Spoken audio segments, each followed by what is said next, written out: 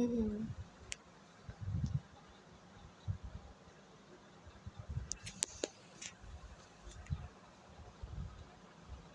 Hello बच्चों, आज हम इस वीडियो में देखेंगे कक्षा 10वीं के 3.2 के क्वेश्चन नंबर फर्स्ट का सोल्यूशन। अगर आपने मेरे क्वेश्चन नंबर फर्स्ट के फर्स्ट नंबर वाले क्वेश्चन का सोल्यूशन नहीं देखा है तो प्लीज़ मेरे चैनल पर जा कर के देख सकते हैं। मैंने उसको बहुत ही अच्छी तरीके से समझाया है। हम इसमें क्वेश्चन में फर्स्ट नंबर क्वेश्चन देखेंगे। लिखा हुआ है, निम्न समीकरणों के युग्म को विलोपन विधि तथा प्रतिस्थापन विधि से हल कीजिए, कौन सी विधि अधिक उपयुक्त है।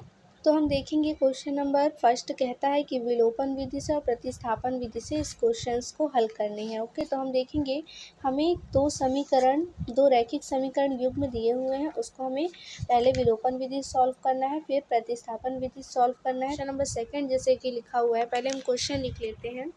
क्वेश्चन नंबर सेकंड लिखा हुआ है,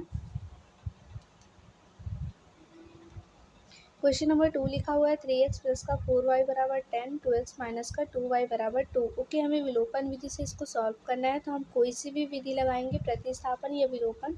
तो हम सबसे पहले उस विधि को लिख लेंगे। तो हम विलोपन विधि से लगाने जा रहे हैं, तो हम लिख देंगे विलोपन विधि से।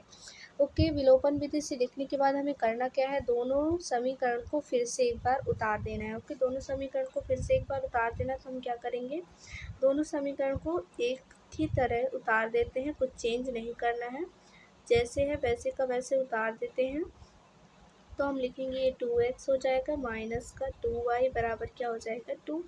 ये हम समीकरण उतार दिए। अब हम क्या कर देंगे, इस समीकरण को नाम दे देंगे कि ये हमारा समीकरण फर्स्ट है और ये समीकरण क्या है, सेकेंड है। ओके, तो ये हमारे दो समीकरण बन गए हैं। तो अभी हमें करना क्या होता है, विलोपन विधि में हमें x वाला पद या फिर y वाला पद, जैसे कि दो समीकरण हमें दिए होते हैं, तो यहाँ पर x वाला पद जो भी हो और इस वाले समीकरण में x वाला पद जो भी हो, तो हमें दोनों x वाले पद को बराबर करना होता है। ठीक है, जैसे कि x वाले गुणांक, जैसे कि ऊपर x का गुणांक 3 है तो नीचे भी हमें 3 बनाना होता है, या फिर 2 है तो 2 बनाना होता है, या फिर 14 है तो 14 बनाना होता है। मतलब कुछ भी हो हमें सेम करना होता है। ओके, एक्स वाला बस नहीं, हमें वाई वाला भी बराबर कर सकते हैं। मतलब कि हमें एक्स या वाई वाले पदों में से एक वाले पद को बराबर करना होता है। एक्स वाला पद को बराबर कर लें या फिर वाई वाले पद को बराबर कर लें। तो हम क्या करेंगे, इसमें देखेंगे हमारा क्या लिखा हुआ है, 3x प्लस का 4y है बराबर का 10 है, और 2x माइनस का 2y है बराबर 2 लिखा हुआ है। ओके, तो हम इसमें देखेंगे जो y वाला पद हमारा है, एक 4y है और ये नीचे वाला 2y है। हम क्या करेंगे, जैसे इसके साथ हम 2 का गुणा कर देंगे तो हमारा ये 4y हो जाएगा ना। तो हम क्या कर सकते हैं, इससे हमें ये पता चलता है कि अगर हम समीकरण 2 में, इस समीकरण 2 में हम क्या करेंगे, 2 का गुणा कर देंगे तो ये जो हमारी समीकरण दी हुई है ये हमारी इसके बराबर हो जाएगी, मतलब y वाले पद के बराबर हो जाएगी। और हमें बाकी से कोई मतलब नहीं है, हमें एक पद बराबर करना होता है। और हम समीकरण 2 में अगर 2 का गुणा कर रहे हैं तो पूरे पद के साथ गुणा करेंगे। ओके, तो हम कर लेते हैं, बहुत ही ईजी तरीके से करेंगे। चलिए हम करते हैं, इसको हम पहले मिटा देते हैं, इसके बाद हम करते हैं।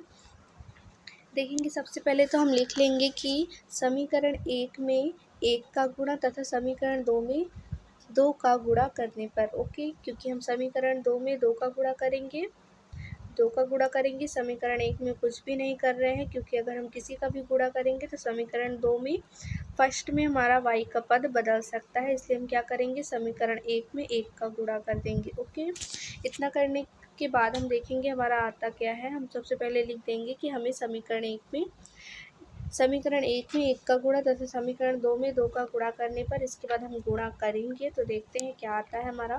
देखते हैं हमारा समीकरण 1 में तो हमें कुछ भी नहीं करना है, 1 का गुणा करना है, मतलब सब कुछ वही आ जाएगा। तो 3x 4y बराबर 10 हो जाएगा। समीकरण 2 में हमें 2 का गुणा करना है, 2 का गुणा करेंगे तो 2 दूनी 4x हो जाएगा, फिर माइनस का 4y हो जाएगा बराबर, देखेंगे 2 का गुणा 2 से करेंगे तो 2 दूनी 4 हो जाएगा। ओके, तो हम करेंगे क्या, इसको क्या करते हैं, माइनस करते हैं। जैसे कि अब विलोपन विधि के बाद हम इतना करने के बाद क्या करते हैं, एक ये लगाते हैं, ठीक है, माइनस करने के लिए। तो हम देखेंगे हमारा आंसर इसमें क्या आएगा।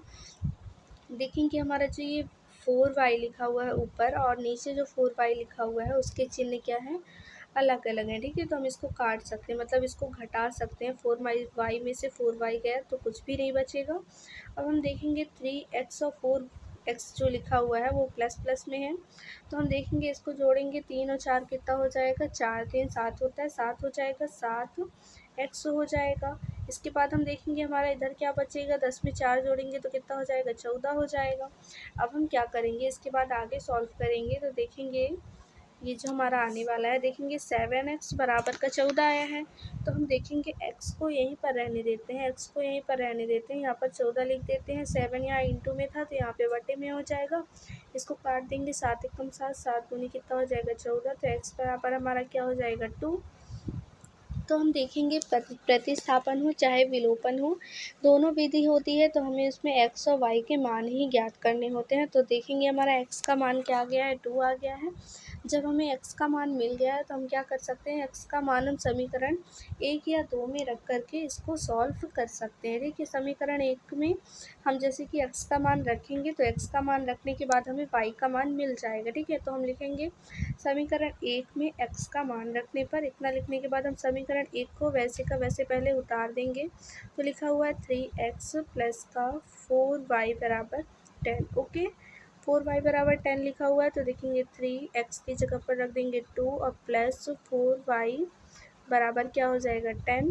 तो हम इसको सॉल्व करेंगे, 3 दूनी कितना हो जाएगा 6 और प्लस 4y बराबर 10। देखेंगे 4y को इधर ही साइड रहने देते हैं, क्योंकि हम किसी का भी मान, हमें जैसे कि अगर y का मान ज्ञात करें तो बराबर की साइड सिर्फ हमें y को बचाना है, अगर x का मान ज्ञात करें तो बराबर की साइड x का मान बचाना है, और बाकी जो भी पद होते हैं उसको इस साइड लेकर के आते हैं, ठीक है। अगर हमारा चिन्ह प्लस में है तो माइनस में हो जाता है इधर साइड, इधर माइनस में है तो प्लस में हो जाता है, इंटू में है तो बटे में हो जाता है, बटे में है तो इंटू में हो जाता है। ओके, ये सब आप याद रखिएगा, ये बेसिक चीज़ें हैं, ये सभी आपको मालूम होनी चाहिए, ठीक है। तो हम देखेंगे ये हमारा क्या हो जाएगा 10, 6 को इधर साइड लेके आते हैं, यहाँ प्लस में है तो यहाँ पे क्या हो जाएगा माइनस में। तो देखेंगे क्या आ जाएगा 4y बराबर 10 में से 6 गए तो कितना हो जाएगा, 10 में से 6 गए तो 4 हो जाएगा। फिर हम आगे सॉल्व करते हैं इधर साइड, देखेंगे आगे सॉल्व करेंगे तो ये 4y लिखा हुआ है तो y को हमें इधर साइड बस रखना है। तो देखेंगे 4 यहाँ इंटू में था तो बटे में आएगा, तो बटे में हो जाएगा, इसको काट देंगे तो 1 बचेगा। तो y बराबर हमारा क्या हो जाएगा 1। तो हम लिख देंगे अतः x बराबर कितना हो जाएगा 2 और y बराबर कितना हो जाएगा 1। ओके, तो ये हो गया हमारा फाइनल आंसर विलोपन विधि से। विलोपन विधि बहुत ही सरल होती है, हमें बस ये करना होता है, दो समीकरण दिए होते हैं उसमें हमें x और y दो पद दिए होते हैं, तो हमें x या y वाले पद में से दोनों में से एक पद को बराबर करना होता है। बराबर करने के बाद अगर वो कट रहे हैं तो उसको काट दो, अगर नहीं कट रहे हैं तो पहले चिन्ह बदलो फिर उसको काटना होता है। काटने के बाद हमें एक मान मिलेगा, जो भी हमें मान मिलता है उसको हम समीकरण 1 में रखेंगे तो हमें दूसरा मान मिल जाएगा। तो ऐसे हम इजीली सॉल्व कर सकते हैं विलोपन विधि को। तो अगर आपको मेरी वीडियो पसंद आई तो प्लीज़ मेरी वीडियो को लाइक कर दीजिए, मेरे चैनल पर नए तो प्लीज़ मेरे चैनल को सब्सक्राइब कर दीजिए। तब तक के लिए बाय।